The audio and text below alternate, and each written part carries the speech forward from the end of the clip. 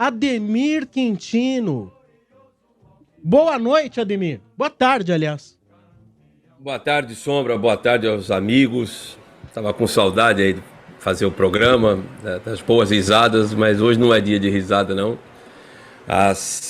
Por volta das 14 horas, teve o sepultamento lá do nosso querido Rei Pelé, que jogou 19 anos de forma ininterrupta no Santos. Acho que foi o trabalho mais difícil que eu tive na carreira, Sombra, porque envolvia muita coisa, né? Eu não tive o privilégio, como o RG teve, de ver o Pelé jogar, mas dos meus 26 anos de carreira, eu convivi 17 com o Pelé quase que mensalmente. O Pelé vinha muito a Santos, acompanhava o Santos de perto e criou um vínculo, né? E por tudo que ele representava, né? Me recordo da primeira entrevista que eu fiz em 97 com ele, tremia mais do que vara verde, então foi muito difícil, Sombra, desde da chegada do corpo em Santos na madrugada de domingo, desde a notícia na quinta, né? Uhum. A chegada do corpo, eu já estava trabalhando, inclusive até pedi permissão para o Sombra para fazer freelance para uma emissora do estado do Rio Grande do Sul. E desde a chegada do corpo, e eu acompanhei tudo isso aí, cara. Tem cenas que acho que não vão sair jamais da minha mente. A saída do corpo do vestiário, que é dos árbitros, o portão 4, para colocação no centro do gramado, a chegada dos familiares. E o que mais me tocou foi hoje, na hora que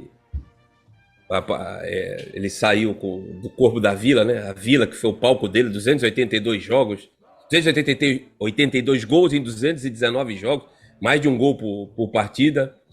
E, Sombra, talvez eu pudesse ficar calado, mas acho que se eu fizer isso, Sombra, eu não vou ficar feliz comigo mesmo, cara. Falam tanto que os ídolos do Brasil têm que ser reverenciados, cara. Nenhum pentacampeão mundial, cara.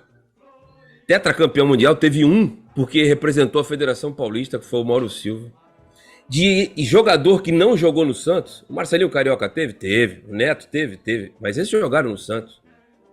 O único jogador que não jogou no Santos, que foi no velório do Pelé, cara, foi o Emerson Sheik.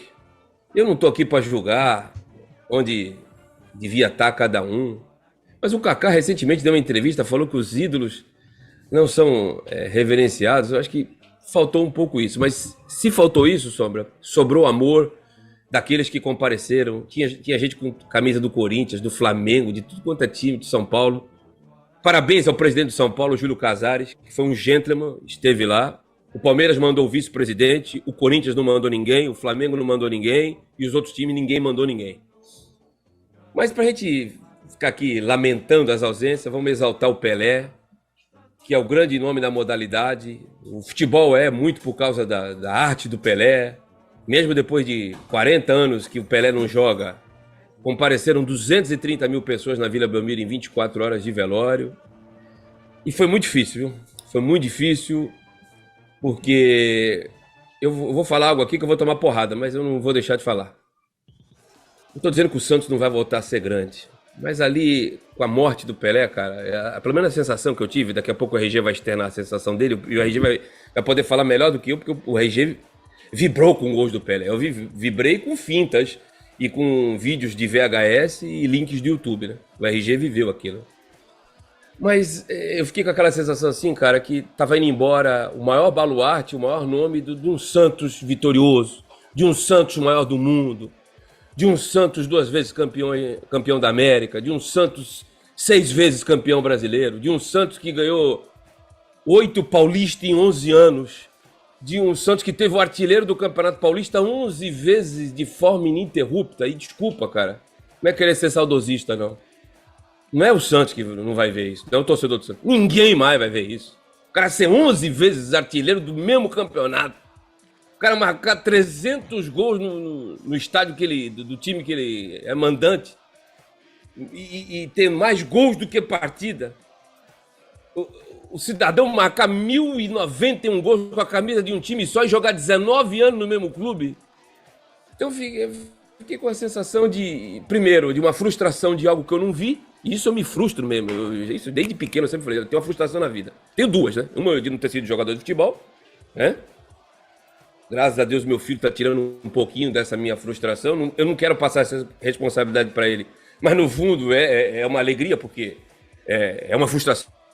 Eu não fui jogador de futebol. Joguei campeonato de 4ª divisão e como junior. Nunca joguei um campeonato de 1ª divisão, nunca joguei um campeonato de 2ª divisão. Jamais. E a outra frustração de não ter visto aquela era do Pelé, cara, que em 15 anos ganhou tudo, né? Então a sensação que eu tive quando aquele caixão tava saindo hoje, e aí eu fui aos prantos e tentei te segurar, e só no carro que eu me soltei, e tô segurando agora de novo, foi de algo que eu não vi, mas que nunca mais vai acontecer, Sombra. Nunca mais vai acontecer. Desculpa aí se eu fui prolixo demais. Não, imagina. Se a gente não ouvir as pessoas que mais apego, até por afinidade de time, que mais estiveram ao lado, vai ouvir quem?